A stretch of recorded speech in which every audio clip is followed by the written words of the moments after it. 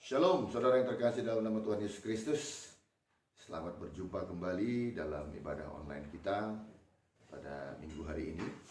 Puji nama Tuhan untuk semua kebaikan kemurahan Tuhan yang terus melindungi kita, yang terus memberkati kita. Hari ini kembali lagi kita masih dalam rangka social distancing, sehingga kita masih melakukan ibadah secara online. Tapi saya berharap supaya sukacita itu tidak akan hilang, kita tetap bersemangat, kita tetap mau berikan yang terbaik untuk Tuhan, memberikan hati kita di dalam pendengaran akan firman Tuhan, dalam memuji-muji Tuhan, seperti layaknya kita beribadah dalam situasi yang normal atau situasi biasa. Baik saudaraku yang terkasih, firman Tuhan untuk kita semuanya pada saat ini saya ambil dari kitab Lukas pasal 24. Kitab Lukas pasal 24 ayat 13 sampai dengan ayatnya yang ke-35, tapi saya akan bacakan sampai ayat 24 saja. Lukas 24 ayat 13 sampai dengan 35. Demikian firman Tuhan untuk kita semua, saya akan bacakan. Yesus menampakkan diri di jalan ke Emmaus. Pada hari itu juga, dua orang dari murid-murid Yesus pergi ke sebuah kampung bernama Emmaus yang terletak kira-kira 7 mil jauhnya dari Yerusalem. Dan mereka bercakap-cakap tentang segala sesuatu yang telah terjadi. Ketika mereka sedang bercakap-cakap dan bertukar pikiran, datanglah Yesus sendiri mendekati mereka, lalu berjalan bersama-sama dengan mereka. Tetapi ada sesuatu yang menghalangi mata mereka, sehingga mereka tidak dapat mengenal Dia. Yesus berkata kepada mereka, "Apakah yang kamu percakapkan sementara kamu berjalan?" Maka berhentilah mereka dengan muka muram. Seorang dari mereka namanya Kleopas menjawabnya, "Adakah engkau satu-satunya orang asing di Yerusalem yang tidak tahu apa yang terjadi di situ pada hari-hari belakangan ini?" Katanya kepada mereka, "Apakah itu?" Jawab mereka, "Apa yang terjadi dengan Yesus orang Nazaret? Dia adalah seorang nabi yang berkuasa dalam pekerjaan dan perkataan di hadapan Allah dan di depan seluruh bangsa kami. Tetapi imam-imam kepala dan pemimpin-pemimpin kami telah menyerahkan dia untuk dihukum mati dan mereka telah menyalibkannya. Padahal kami dulu mengharapkan bahwa dialah yang datang untuk membebaskan bangsa Israel. Tetapi sementara itu telah lewat 3 hari sejak semuanya itu terjadi. Tetapi beberapa perempuan dari kalangan kami telah mengejutkan kami. Pagi-pagi buta mereka telah pergi ke kubur dan tidak menemukan mayatnya. Lalu mereka datang dengan berita bahwa telah kelihatan kepada mereka malaikat-malaikat yang mengatakan bahwa ia hidup. Dan beberapa teman-teman kami telah pergi ke kubur itu dan mendapati bahwa memang benar yang dikatakan perempuan-perempuan itu, tetapi dia tidak mereka lihat." Kejadian pasca kematian dari Tuhan Yesus. Walaupun murid-murid, para perempuan yang pertama sekali datang melihat ke kuburan Yesus, yang melihat bahwasanya kuburan itu telah menjadi kosong, dan kemudian disusul oleh Petrus dan Yohanes yang pada saat itu melihat, seperti khotbah minggu yang lalu, ada keanehan di sana. Kalau seandainya mayat Tuhan Yesus atau Yesus itu dicuri, maka tidak mungkin seorang pencuri akan melakukan tindak pencurian yang begitu rapi. Karena apa? Mereka melihat kain kafan yang menjadi pembungkus daripada tubuh Tuhan Yesus atau jasad daripada jasad Tuhan Yesus beserta dengan penutup kepalanya ada terletak dengan rapi di sana. Seolah-olah Yesus itu tidak dibukakan kain kafannya, tetapi menguap dan meninggalkan kain kafan itu di sana. Nah, akhirnya mereka boleh menyimpulkan Tuhan kita, Yesus itu sudah hidup, sudah bangkit. Dia menjumpai aku, kata perempuan-perempuan. Nah saudara, berita itu cepat menyebar saat itu. Dan kebetulan saat itu ketika mendengar berita itu, 2 orang murid Tuhan Yesus, yang salah satunya dikatakan dalam Alkitab adalah namanya Kleopas, mereka pergi ke Yerusalem. Mereka mendengar kesaksian itu. Tetapi ada sesuatu yang mengganjal di dalam hatinya. Dan ini menjadi topik yang sangat membebani hatinya. Sehingga mereka ketika pulang ke kotanya, yaitu ke Emmaus, di dalam perjalanan itu saudara, mereka sibuk memperkatakan keraguan-raguan mereka. Mereka sibuk mempertanyakan dan mungkin berdiskusi tentang kesaksian yang mereka dengar dari murid yang lain. Nah, saudara, di tengah-tengah perjalanan mereka bertemu dengan seseorang yang menghampiri mereka. Bapak Ibu, kalau di zaman dulu adalah sangat penting supaya kita berjalan tidak seorang diri, apalagi menempuh perjalanan jauh. Karena berjalan seorang diri akan membuat risiko yang sangat besar karena banyak perompak di tengah jalan. Nah, saudara, ketika ada seorang yang ingin menumpang untuk berjalan bersama dengan mereka, mereka bersedia, mereka jalan ke sana dan Kleopas beserta dengan temannya terus berdiskusi tentang kesaksian itu. Dan itu membuat orang yang baru bersama-sama dengan mereka itu bertanya, apa yang kalian bicarakan? Lalu mereka bercerita, saudara. Dan dari perkataan mereka yang tertulis di dalam kitab Lukas ini, terlihat jelas bagaimana mereka dikatakan bermuka muram. Artinya mereka tidak bersuka cita. Mungkin mereka muram wajahnya karena mereka sedang meragukan kesaksian yang sudah mereka dengarkan. Mereka bermuka muram karena mereka pada akhirnya memiliki pengharapan yang mereka pikir akan berhasil, tetapi yang mereka dapatkan adalah sesuatu yang nihil. Nah, Bapak Ibu yang terkasih dalam nama Tuhan Yesus, mereka gundah hatinya, mereka tidak dipenuhi dengan sukacita di tengah-tengah perjalanannya. Sehingga ketika orang baru itu bertanya apa yang kalian bicarakan, mereka melihat heran kepada orang yang teman mereka berjalan itu. Apakah kau orang yang satu-satunya di Yerusalem yang tak tahu tentang berita yang sedang santer sekarang? Bahwasanya seorang nabi yang dipakai Tuhan luar biasa, yaitu Yesus, akhirnya disalib oleh orang-orang Yahudi dan akhirnya mati pada hari yang ketiga katanya. Nah, kebetulan disampaikan oleh murid-muridnya bahwasanya dia itu sudah hidup kembali, tetapi kami tidak bertemu dengannya, kami tidak tahu kebenarannya.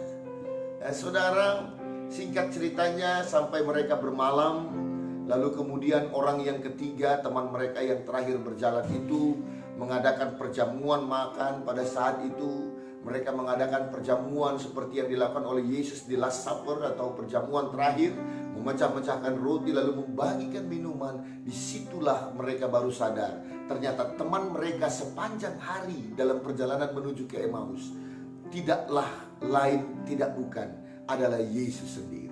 Ada sesuatu yang unik di sana yang menjadi berkat buat kita semuanya, Bapak Ibu yang terkasih. Saudara, ketika hidup kita dipenuhi dengan kegalauan, ketika hidup kita hanya berfokus kepada masalah demi masalah yang kita hadapi, ketika hidup kita hanya terfokus kepada apa yang tidak kita miliki, harapan yang tidak tercapai dan sebagainya, segala sesuatu yang negatif yang kita simak dalam hidup kita, maka satu hal yang kita akan alami sama dialami oleh dua orang murid Tuhan Yesus itu. Apa itu? Kita tidak akan menyadari kehadiran Tuhan dalam kehidupan kita. Itu sebabnya ada satu pujian di dalam Kidung Jemaat yang berkata, berkat Tuhan mari hitunglah. Artinya Bapak Ibu, mari saudara, jangan pandangan kita itu hanya terarah kepada persoalan demi persoalan. Jangan pandangan kita itu hanya terarah kepada sesuatu yang negatif dan negatif di dalam kehidupan kita. Ketika kita melihat sesuatu yang tidak baik selalu, ketika kita melihat, ketika kita hanya terarah kepada problem demi problem, maka kita akan kehilangan sukacita kita.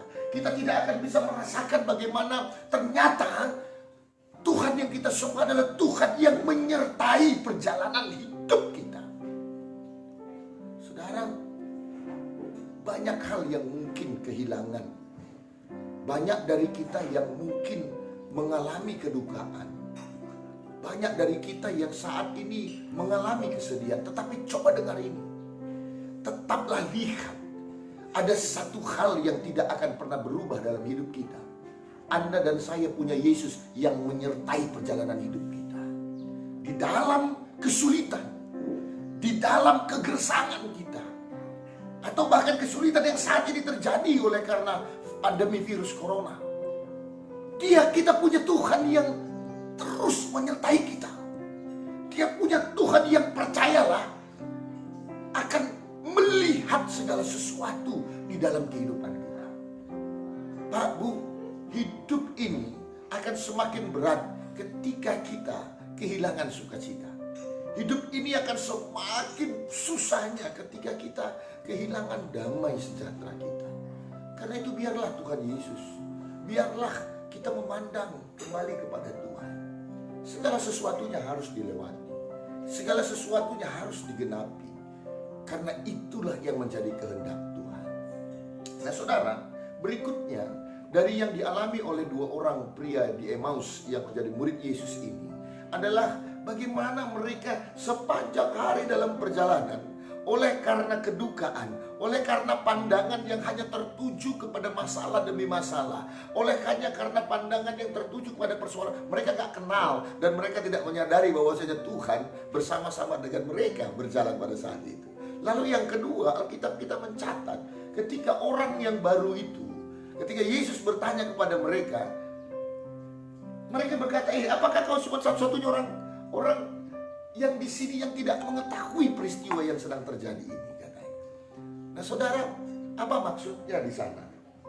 Bapak Ibu, dikatakan mereka, kami menganggap, katanya, kami menganggap bahwasanya Yesus adalah nabi, tolong kita. Nah saudara, di sini hal yang kedua, ternyata ada pengenalan atau konsep yang salah di dalam mengenal misi daripada Tuhan Yesus. Aku ternyata ketika engkau menjadi orang yang rajin ke gereja pada saat itu, ketika engkau yang mungkin hebat dilihat oleh orang dalam pelayanannya saat itu, ternyata Alkitab kita boleh mengajarkan kepada kita itu nggak menjadi suatu jaminan di mana orang tersebut mengenal pribadi Tuhan. Sebab apa? Dua orang ini adalah murid Tuhan Yesus yang mengikut Yesus di dalam pelayanannya semasa Tuhan Yesus hidup. Tetapi konsep mereka atau pengenalan mereka tentang Tuhan Yesus itu salah. Mereka menganggap Yesus itu adalah nabi yang akan membawa pesan, yang akan membawa suatu maklumat dari Tuhan, bahwasanya akan ada kebaikan, akan ada perbaikan di tengah-tengah bangsa Yahudi. Dan mereka menganggap bahwasanya nanti saat misi itu berhasil, saya mungkin akan masuk dalam tatanan itu. Pak Bu, banyak orang tidak mengenal dengan sungguh siapa Yesus yang dia sembah itu. Banyak orang menjadi Kristen hanya karena tradisi. Bapakku Kristen, mamaku Kristen, opungku Kristen, dan sebagainya, sehingga dia menjadi seorang Kristen. Tetapi untuk mengenal pribadi, dia tidak mengenal itu. Banyak juga orang yang mengikut Yesus dengan motivasi yang salah. Bagaimana mereka hanya mengikut Tuhan hanya karena persoalan berkat, berkat, dan berkat. Sehingga ketika berbicara soal penderitaan, ketika berbicara tentang pikul salib, semua mulai diam. Pak Bu, ini ketika pengenalan kita akan Tuhan kita itu tidak benar, maka ini akan membuat sesuatu yang salah dalam hidup kita. Mereka penuh dengan kedukaan karena apa? Konsep yang sudah mereka gadang-gadang, harapan yang sudah mereka bangun dengan mengikut Yesus, yaku nanti dia akan menjadi pembebas, dia akan menjadi membuat sesuatu yang besar di tengah-tengah bangsa ini, dan aku akan menjadi bagian di dalamnya. Ini semuanya ambiar, ini semuanya hancur. Saya mau katakan, Pak, Bu, Tuhan kita menginginkan umat yang mengenal dia secara pribadi, yang mengenal dia bahwasanya dia Allah yang memberikan keselamatan dalam hidup kita. Dia Allah yang menuntaskan kita dari belenggu dosa kita. Dia Tuhan yang menjelma menjadi manusia supaya kita tidak binasa dan kita beroleh hidup yang kekal. Ini yang terbesar, ini yang paling utama. Saudara, tidak mengejar hanya berkat Tuhan. ketika kita harus masuk ke dalam penderitaan, ketika kita masuk di dalam yang namanya ketidakmenyenangkan, ketika kita masuk ke dalam persoalan-persoalan atau pergumulan-pergumulan dalam hidup, maka sebagai orang percaya yang mengenal siapa Tuhannya, dia tidak akan terombang-ambing karena persoalan itu. Dia akan tetap percaya kalau nyawanya saja dia berikan, hal seperti ini adalah hal biasa yang akan saya tetap jalani, yang akan saya tetap bisa lalui. Pak, Bu, Allah menginginkan supaya kita menjadi umat yang tangguh. Tidak menjadi orang yang mengikut Tuhan hanya karena berkat, dan berkat. Tuhan mau kita tetap menjadi orang yang setia di saat-saat yang sulit sekali. Itu sebabnya saudara, pola Tuhan itu tidak pernah berubah. Allah tidak menjadikan bangsa umat ketika orang Israel ada di Mesir. Tuhan tidak menyiapkan pesawat-pesawat pribadi supaya membawa mereka dari Mesir langsung terbang menuju ke tanah Kanaan atau tanah perjanjian. Yang mereka harus lalui, mereka harus melintasi padang gurun. Padang gurun melambangkan kesusahan, padang gurun melambangkan ujian.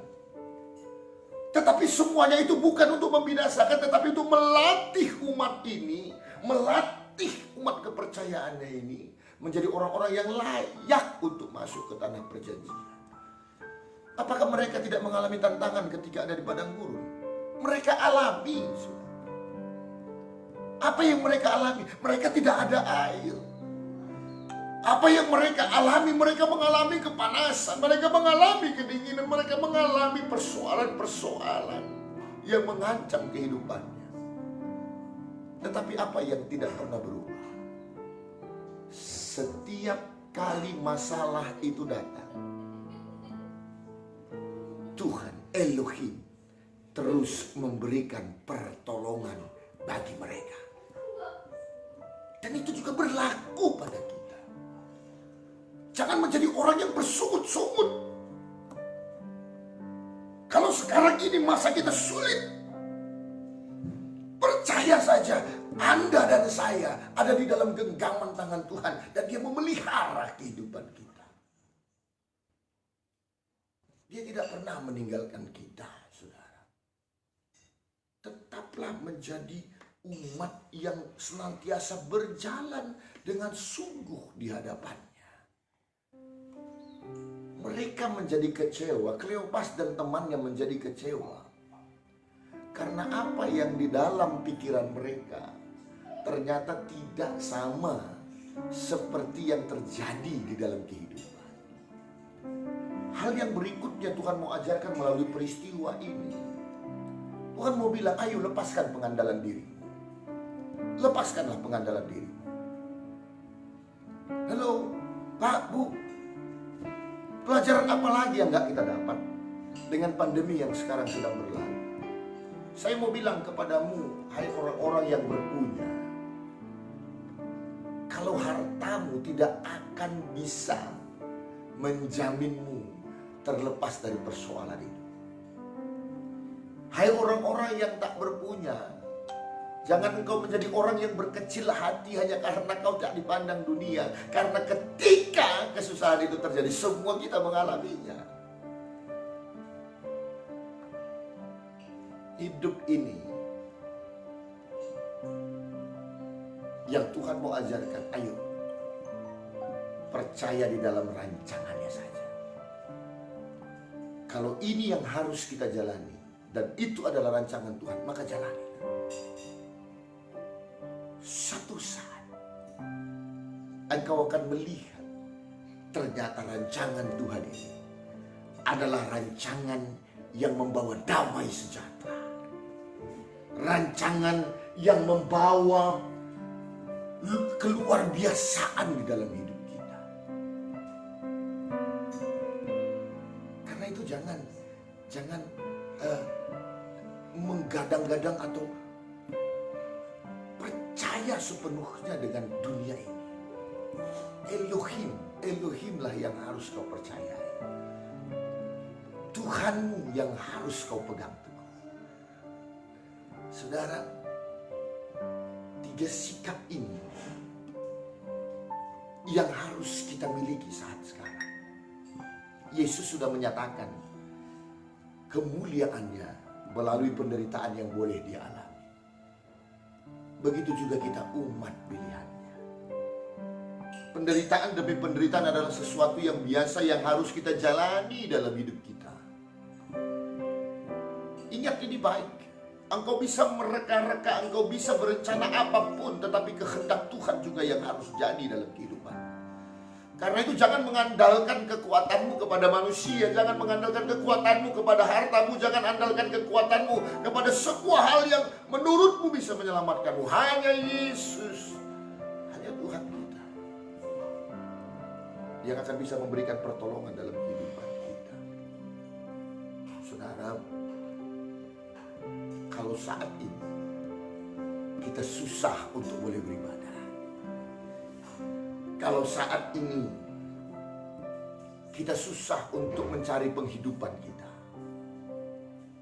kalau saat ini kita masih dibatasi dan penuh dengan kebosanan karena kita di rumah saja, saya mau bilang, itu semua boleh terjadi dalam hidup kita, itu semua boleh datang menimpa kita.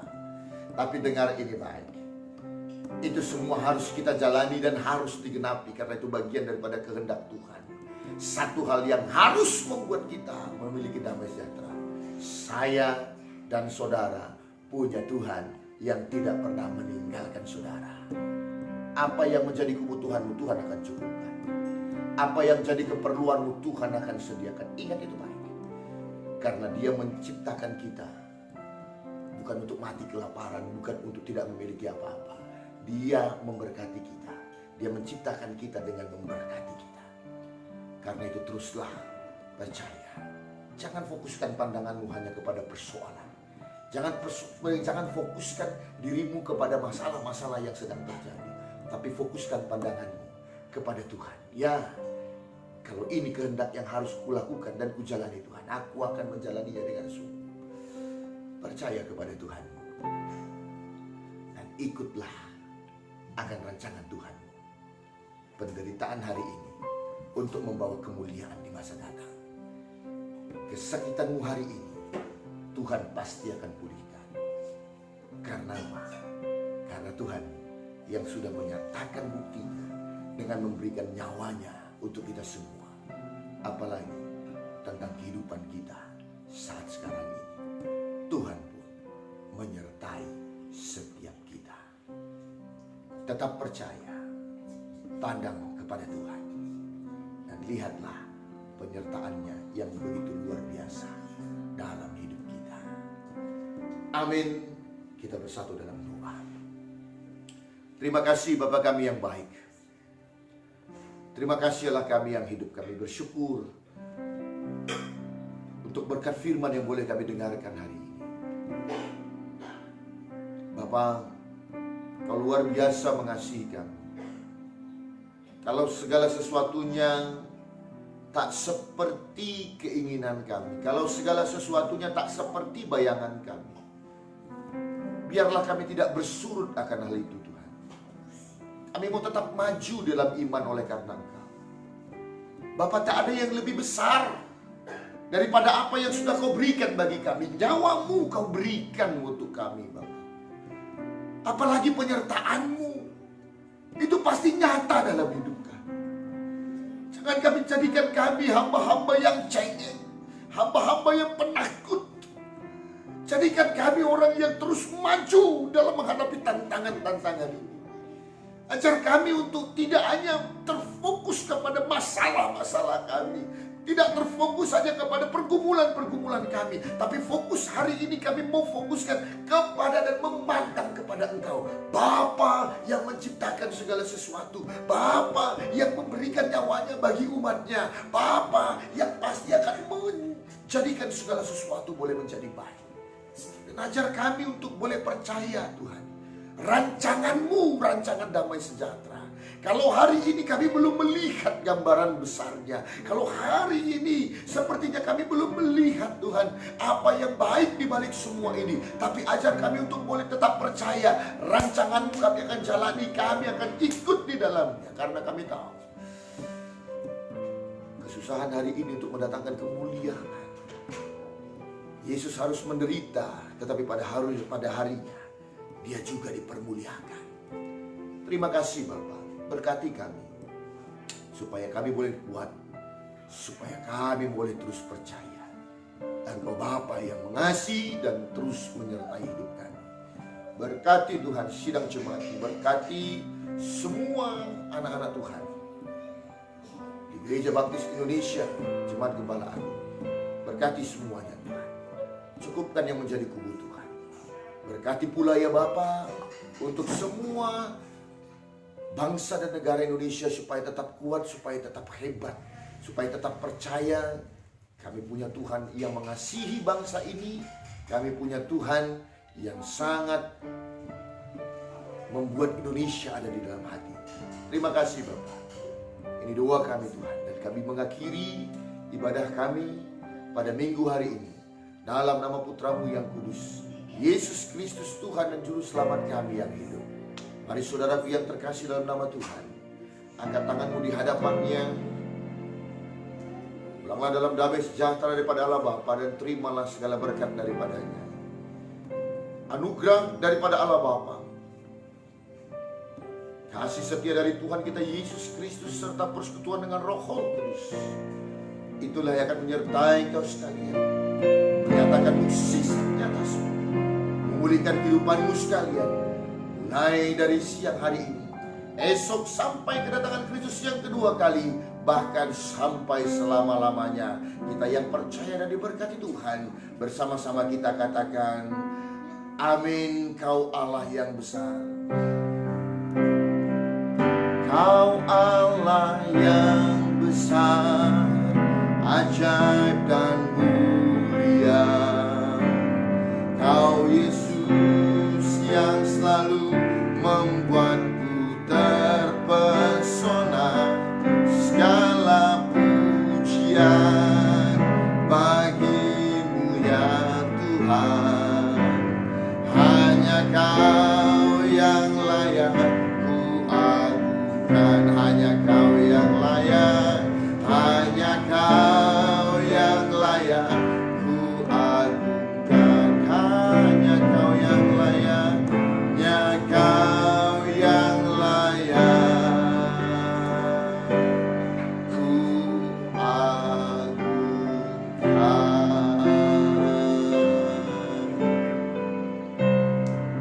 Selamat hari Minggu. Tuhan Yesus memberkati kita semua. Haleluya. Shalom.